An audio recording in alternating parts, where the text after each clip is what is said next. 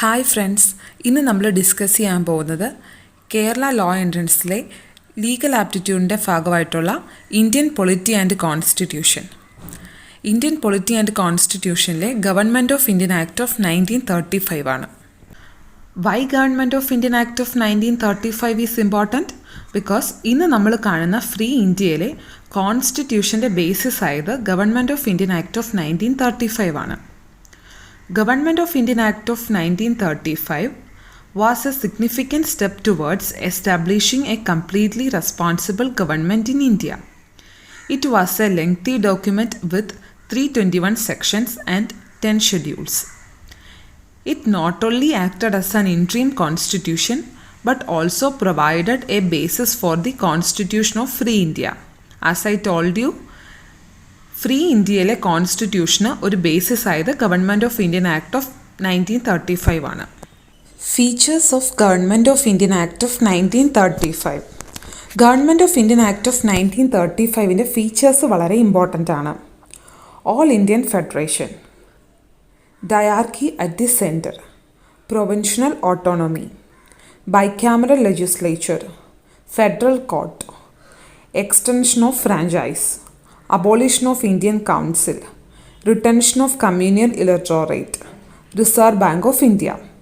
ഇങ്ങനെ 9 ഫീച്ചേഴ്സാണ് government of Indian act of 1935 നമുക്ക് ഓരോ ഫീച്ചേഴ്സായിട്ട് ഡിസ്കസ് ചെയ്യാം. Government of Indian act of 1935ൻ്റെ ഫസ്റ്റ് ഫീച്ചറാണ് all India federation. It provided for the establishment of an all India federation consisting of provinces and princely states as units. The Act divided the power between the center and province in terms of 3 lists: federal list, provincial list and concurrent list. Residuary powers were vested in the viceroy. However, the federation never came into being as the princely states did not join it. അതായത് government of Indian act of 1935ൻ്റെ first ഫീച്ചറായിട്ടുള്ള all India federation എന്ന് പറയുന്നത് ഇന്ന് നമ്മൾ കാണുന്ന constitutional സ്ട്രക്ചറിന് വളരെ സിമിലറാണ്. That is ഇന്ന് നമ്മൾ ഫോളോ ചെയ്യുന്നതും ഒരു ഫെഡറൽ സിസ്റ്റമാണ്, which consist of central and state. അതായത് നമുക്കിന്ന് സെൻറ്ററിനും സ്റ്റേറ്റിനുമായിട്ട് 3 ലിസ്റ്റുകളിലായിട്ട് പവേഴ്സ് ഡിവൈഡ് ചെയ്ത് തന്നിട്ടുണ്ട്. അതായത് central list, state list and concurrent list. Central ലിസ്റ്റിലുള്ള കാര്യങ്ങളിൽ നിയമനിർമ്മാണം നടത്താനുള്ള അധികാരം സെൻറ്ററിനും, സ്റ്റേറ്റ് ലിസ്റ്റിലുള്ള കാര്യങ്ങളിൽ നിയമനിർമ്മാണം നടത്താനുള്ള അധികാരം സ്റ്റേറ്റ്സിനും, അതുപോലെ തന്നെ കൺകറൻറ്റ് ലിസ്റ്റിലുള്ള കാര്യങ്ങളിൽ നിയമനിർമ്മാണം നടത്താനുള്ള അധികാരം സെൻറ്ററിനും സ്റ്റേറ്റിനും ഉണ്ട്. പക്ഷേ there R exceptions.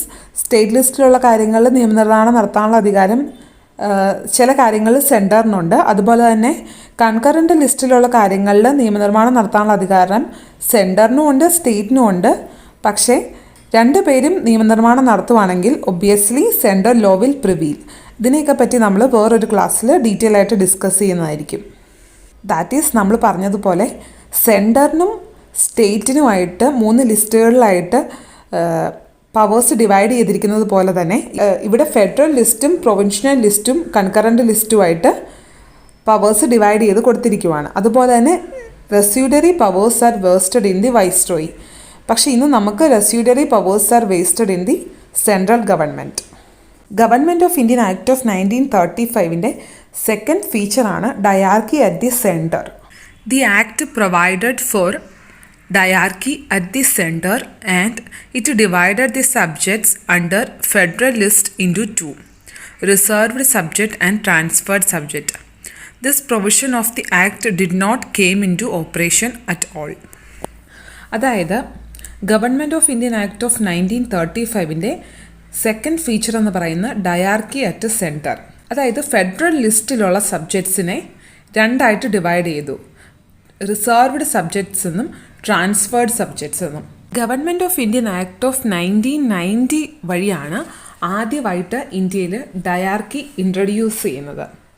That is diarchy എന്ന് വെച്ച് കഴിഞ്ഞാൽ diarchy a term derived from the Greek word diarch, which means double rule. അതായത് ഡയാർക്കി എന്ന് വെച്ച് കഴിഞ്ഞാൽ ഡബിൾ റൂൾ എന്നാണ് അർത്ഥം. ദോ ഈ പ്രൊവിഷൻ ആക്ടിൻ്റെ ഈ provision did not came into operation at all. അതുപോലെ തന്നെ government of Indian act of 1935 third ഫീച്ചറാണ് provincial autonomy. It abolished diarchy in the provinces and introduced provincial autonomy in its place. അതായത് നമ്മൾ പറഞ്ഞു government of Indian act of 1935 introduced diarchy in the centre. പക്ഷേ പ്രൊവിൻഷ്യനിലത് dyarchy abolish ചെയ്തു, പകരം provincial autonomy ആ സ്ഥാനത്തോട്ട് കൊണ്ടുവന്നു. The provinces were allowed to act as autonomous units of administration in their defined sphere. The act introduced responsible government in provinces. അതായത് ഇത്രയും കാലം എന്ന് വെച്ച് കഴിഞ്ഞാൽ പ്രൊവിൻസസ് എന്ന് പറയുന്നത് ഫെഡറേഷൻ്റെ കീഴിലായിട്ടായിരുന്നു പ്രവർത്തിച്ചുകൊണ്ടിരുന്നത്. പക്ഷേ ഈ ആക്ട് വഴി പ്രൊവിൻസസിന് ഒരു ഓട്ടോണോമി കൊടുത്തു. അതായത് അതിൻ്റെ ഡെഫിനിറ്റ് സ്പിയറിൽ ഒരു ഓട്ടോണോമസ് യൂണിറ്റ് ഓഫ് അഡ്മിനിസ്ട്രേഷനായിട്ട് വർക്ക് ചെയ്യാൻ അതിനെ അലൗ ചെയ്തു. Government of Indian act of 1935 next ഫീച്ചറാണ് bicameral legislature. The act introduced bicameral legislature in 6 out of 11 provinces, namely Bengal, Madras, Bombay, Bihar, Assam and United Province.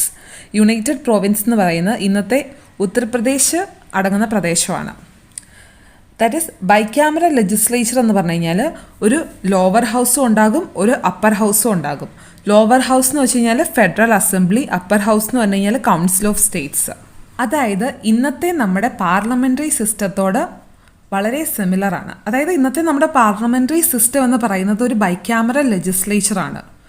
അതായത് നമുക്കൊരു upper house ഉണ്ട്, ഒരു lower house ഉണ്ട്. Upper house എന്ന് പറയുന്നത് Rajya Sabha, lower house എന്ന് പറയുന്നത് ലോക്സഭ. അതായത് രാജ്യസഭ എന്ന് വെച്ച് കഴിഞ്ഞാൽ കൗൺസിൽ ഓഫ് സ്റ്റേറ്റ്സ് തന്നെയാണ്. അതുപോലെ തന്നെ government of Indian act of 1990 ആണ് ആദ്യമായിട്ട് ബൈക്യാമറലിസവും ഡയറക്റ്റ് ഇലക്ഷനും നമ്മുടെ രാജ്യത്ത് ഇൻട്രൊഡ്യൂസ് ചെയ്തത്. പക്ഷേ എക്സാം പോയിന്റ് ഓഫ് വ്യൂവിൽ നിന്ന് government of Indian act of 1990 നമുക്ക് ഇമ്പോർട്ടൻ്റ് അല്ല, അതുകൊണ്ട് നമുക്കത് ഡീറ്റെയിൽ ആയിട്ട് നോക്കേണ്ട ആവശ്യമില്ല. Government of Indian act of 1935 next ഫീച്ചറാണ് federal court. It provided for the establishment of a federal court which was set up in 1937. അതായത് ഈ ആക്ട് പ്രകാരം 1937 ഒരു ഫെഡറൽ കോർട്ട് എസ്റ്റാബ്ലിഷ് ചെയ്തു. Government of Indian act of 1935 next ഫീച്ചറാണ് extension of franchise. The act introduced direct elections for the first time and nearly 10% of the total population got the right to vote. അതായത് government of Indian act of 1919 പ്രകാരം തന്നെ നമുക്ക് ഒരു limited franchise കിട്ടിയിട്ടുണ്ടായിരുന്നു. അതായത് on the basis of property, tax or education, ആളുകളുടെ പ്രോപ്പർട്ടിയുടെയും ടാക്സിൻ്റെ എഡ്യൂക്കേഷൻ്റെയൊക്കെ ബേസിസിൽ ഒരു limited franchise government of Indian act of 1919 തന്നെ കിട്ടിയിട്ടുണ്ടായിരുന്നു. പക്ഷേ government of Indian act of 1935 വഴി നമുക്ക് ഒരു 10% ഓഫ് ദി ടോട്ടൽ പോപ്പുലേഷനിലേക്ക് റൈറ്റിംഗ് വോട്ട്സ് എക്സ്റ്റെൻഡ് ചെയ്യപ്പെട്ടു. Government of Indian act of 1935 next ഫീച്ചറാണ് abolition of Indian council. It abolished the council of India established by the government of Indian act of 1858. The secretary of state for India was provided with a team of advisors. അതായത് government of Indian act of 1858 പ്രകാരം നിലവിൽ വന്ന council of ഇന്ത്യനെ government of Indian act of 1935 abolish ചെയ്തു. അതുപോലെ തന്നെ secretary of state four ഇന്ത്യയ്ക്ക് ഒരു ടീം ഓഫ് അഡ്വൈസേഴ്സിനെയും കൂടെ പ്രൊവൈഡ് ചെയ്തു. Government of Indian act of 1935 next ഫീച്ചറാണ് retention of communal electorate. It further extended the principle of communal representation by providing separate electorate for depressed class, women and labor. അതായത് government of Indian act of 1935 മുൻപ് വരെ communal representation അല്ലെങ്കിൽ separate electorate എന്ന് പറയുന്നത് മുസ്ലിംസിന് മാത്രമേ ഉണ്ടായിരുന്നുള്ളൂ. അത് Indian councils act of 1909 വഴി അന്നത്തെ വൈസ്രോയി ആയിരുന്ന ലോർഡ് മിൻറ്റോ ഇൻട്രൊഡ്യൂസ് ചെയ്തതാണ് കമ്മ്യൂണിയൽ റെപ്രസെൻറ്റേഷൻ. അതുകൊണ്ട് തന്നെ he legalised communalism. So he is known as the father of communal electorate. പക്ഷേ government of Indian act of 1935 വഴി അത് ഡിപ്രസ്ഡ് ക്ലാസ്സിലേക്കും വുമൻസിലേക്കും ലേബേഴ്സിലേക്കും കൂടെ എക്സ്റ്റെൻഡ് ചെയ്യപ്പെട്ടു. Government of Indian act of 1935 last ഫീച്ചറാണ് Reserve Bank of India. It provided for the establishment of a Reserve Bank of India to control the currency and credit of the country. അതായത് രാജ്യത്തിൻ്റെ കറൻസിയും ക്രെഡിറ്റും control ചെയ്യാൻ വേണ്ടിയിട്ട് ഈ act വഴി ഒരു reserve Bank of ഇന്ത്യയെ establish ചെയ്തു. ഇപ്പോഴും നമ്മുടെ രാജ്യത്തിൻ്റെ ക്രെഡിറ്റ് ആൻഡ് കറൻസി കൺട്രോൾ ചെയ്യുന്നത് റിസർവ് ബാങ്ക് ഓഫ് ഇന്ത്യ ആണ്. That is government of Indian act of 1935 features എന്ന് പറയുന്നത് all India federation, diarchy at the centre, provincial autonomy, bicameral legislature, federal court, extension of franchise, abolition of Indian Council, retention of communal electorate and Reserve Bank of India. If you like this lecture, please consider subscribing and thank you for watching.